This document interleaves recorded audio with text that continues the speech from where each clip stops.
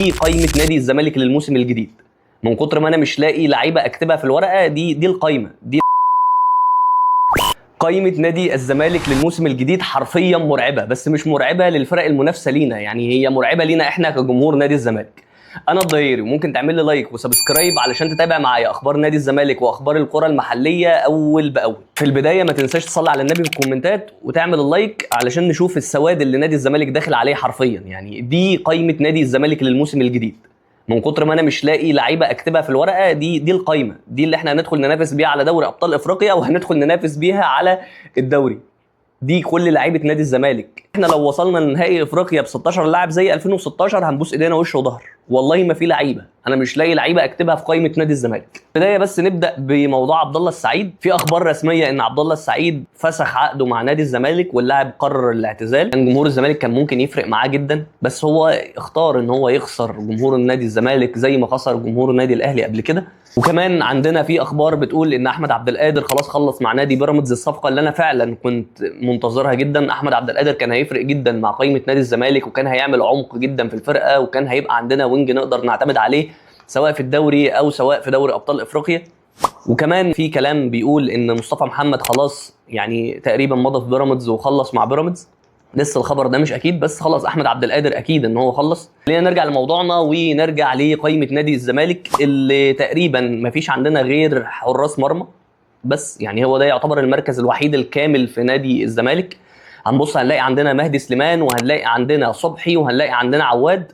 فده يعتبر مركز كويس جدا فيه لعيبه كويسه. وعندنا في الباك الشمال عندنا فتوح وبنتايج، ده برضو مركز كويس. واحيانا فتوح ممكن يلعب خط وسط لان احنا ما عندناش لعيبه في خط الوسط. وعندنا في الباك اليمين عمر جابر ومحمد ابراهيم. عمر جابر طبعا سنه كبير وما تقدرش تعتمد عليه في الدوري ودوري ابطال افريقيا، ومحمد ابراهيم للاسف ما عندوش الخبره الكافيه. فهل معتمد جمال هيقدر يخلي محمد ابراهيم يشارك في دوري ابطال افريقيا ويشارك في الدوري؟ وعندنا كمان في خط الدفاع حسام عبد المجيد خلاص، فما بقاش عندنا غير الونش واسماعيل. طبعا الونش احنا عارفين اصاباته كانت يعني عنده اصابات كتير، فبالتالي هل هنقدر نعتمد عليه ولا لا؟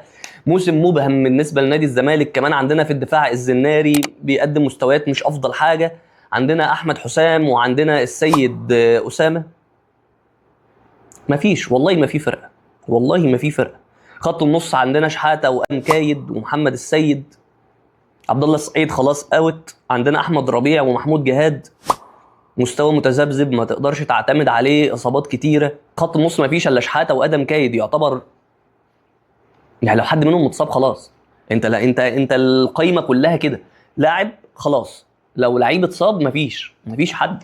هنفضل نقعد نعمل بقى تباديل وتوافيق، ونجيب باك يمين نلعبه خط وسط، ونجيب الخط الوسط نلعبه باك شمال، ونجيب الباك الشمال نلعبه حارس مرمى، وهنفضل في التباديل والتوافيق دي. الوينجات عندنا طبعا شيكو بنزل اللي لسه ما رجعش، اخوان الفينا اللي مش عارفين مصيره لحد دلوقتي فنعتبره مش موجود، احمد شريف وشيكو بنزل ما عندناش بديل ليهم. او هنلعب ادم كايد يلعب وينج، وبالتالي نلعب شحاته زي ما قلنا وفتوح هو خط النص.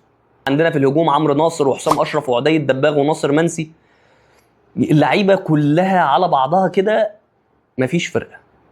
يعني ان لو مسكت القايمه دي كلها كده نختصرها مع بعض، مفيش عندنا غير المهدي، عندنا فتوح او بنتايج، الونش واسماعيل، على اليمين محمد ابراهيم، عمر جابر دكه، وكده عندنا دكه مثلا الزناري مفيش دكه يعتبر. عندنا في خط النص ممكن نلعب شحاته ومحمد السيد، قدامهم ادم كايد. على يمين مثلا هنلعب عدي الدباغ، ناصر منسي، وشيكو بنزل. هتقول لي عندك مين في الدكه؟ هقول لك مفيش دكه. الدكه كلها ناشئين حرفيا. يعني انت حرفيا اللعيبه اللي بتلعب لو لاعب اتصاب، لاعب خد انذار، مفيش لاعب بديل. خلاص قائمه نادي الزمالك كلها هنا. دي قائمه نادي الزمالك، مفيش فرقه. دي هل القائمه دي هتقدر تستحمل ان انت تلعب بيهم دوري كامل، وهتقدر تلعب بيهم دوري ابطال افريقيا كامل، وتشارك في كاس مصر؟ فموسم من بدايته باين ان هو هيبقى موسم سواد على الكل. مفيش لعيبه، مفيش حد تقدر تعتمد عليه في الفرقه كامل.